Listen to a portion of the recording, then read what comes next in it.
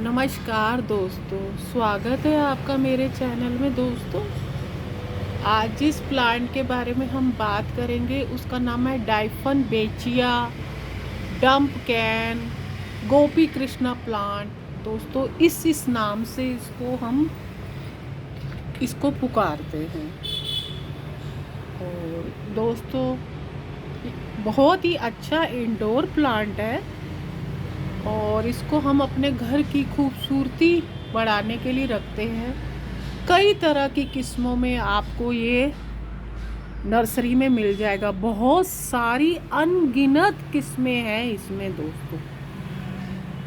और दोस्तों, इसकी लंबाई, अगर गमला बड़ा हो ना तो इसकी लंबाई 7 फुट तक चली जाती है। बहुत लंबे लंबे आप होटलों में जाइए और लोगों की लॉबी में देखिए, ये वाला ही प्लांट ज़्यादातर सबसे फेमस प्लांट है। डाइफिन बेकिया डंप कैन के नाम से इसको, गोपी कृष्णा के नाम से इसको जाना जाता है। दोस्तों, मेरा तो ये प्लांट ये अभी समोल प्लांटर में लगा हुआ है। छोटा है प्लांटर, लेकिन इसकी ग्रोथ अच्छी हो रही है दोस्तों, क्योंकि मैंने इसका जो टेम्परेचर है वो मेंटेन रखा हुआ है।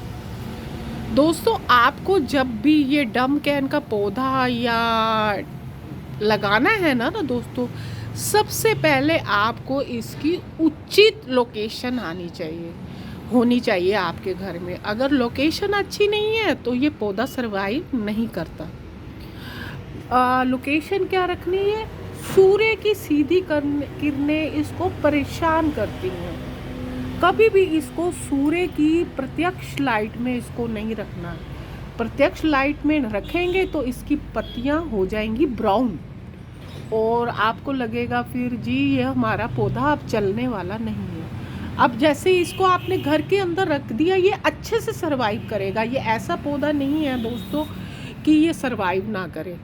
तो अगर आपने इसको अपने घर के अंदर रखना है तो अच्छे से चलेगा। बस आप इसको थोड़ी सी इसके अंदर रोशनी आने दीजिए तो ये आपका प्लांट बहुत अच्छे से सरवाइव कर जाएगा।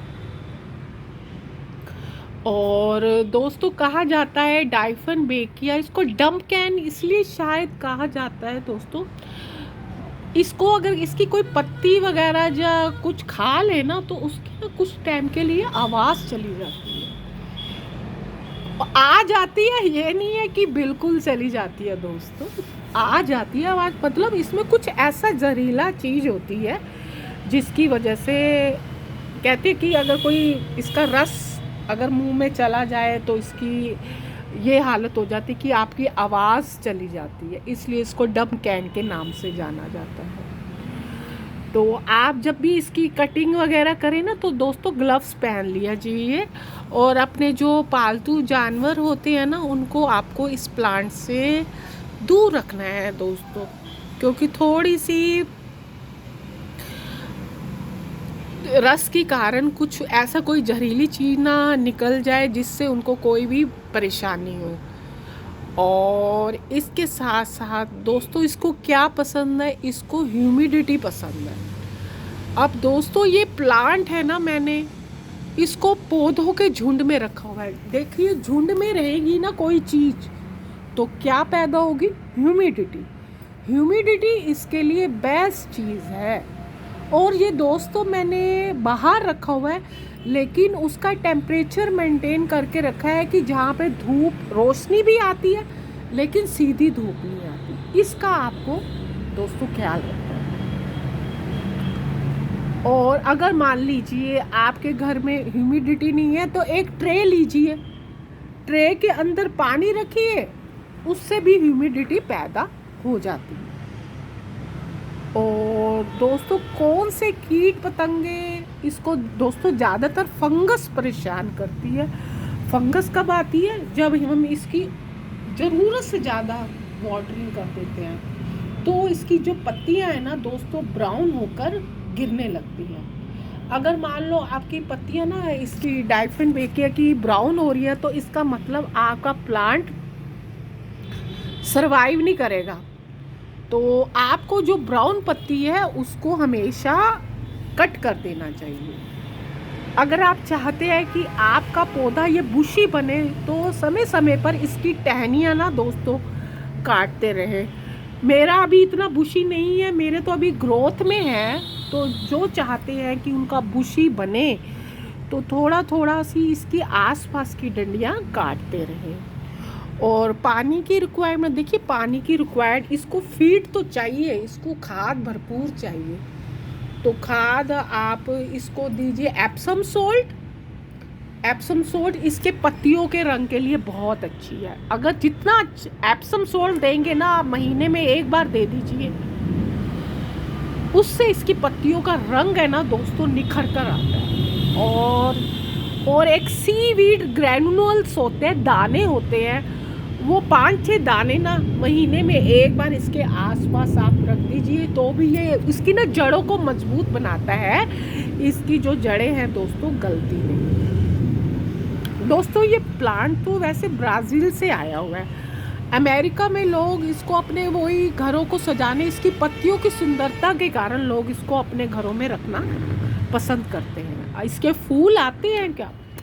फूल कभी देखे नहीं, आते हैं वैसे, लेकिन ये पता नहीं है वो कैसे होते हैं, मैंने कभी देखे नहीं। और दोस्तों इसकी आप अगर आपको ना इसकी पत्तियाँ चमकदार रखनी है ना, तो एक ढक्कन सिरके में, मैंने पहले भी बताया हुआ है, सिरका लीजिए और उसके कपड़े से इसकी पत्तियों है ना उसको साफ़ करते रहिए। पत्तियाँ जितनी इसकी साफ़ रखेंगे ना दोस्तों उतनी अच्छी है। एक तो कोई भी कीट पतंगा वगैरह इस पर आएगा नहीं। और दोस्तों इसके पौधे की ना गुड़ाई करते रहिए, टाइम टाइम गुड़ाई करना ज़रूरी है ताकि इसके अंदर ऑक्सीजन का फ्लो।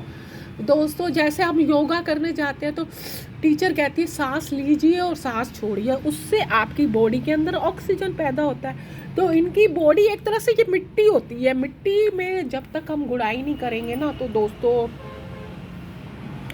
ऑक्सीजन कैसे जाएगी इनके अंदर। तो मिट्टी की गुड़ाई करते रहिए। और ये प्राइस इसका दोस्तों ये मिल जाएगा, कटिंग से आप इसको आसानी से लगा सकते हैं। वैसे कहीं से भी आपको कोई कटिंग कर रहा हो आसपास तो उसकी उठा लीजिए कटिंग, लेकिन जो कटिंग है ना दोस्तों आप लगाइए बारिश के मौसम में। बारिश के मौसम में कटिंग लगाएंगे तभी वो सक्सेसफुल होगी, उसके बाद लगाएंगे तो दोस्तों वो सक्सेसफुल नहीं होगी।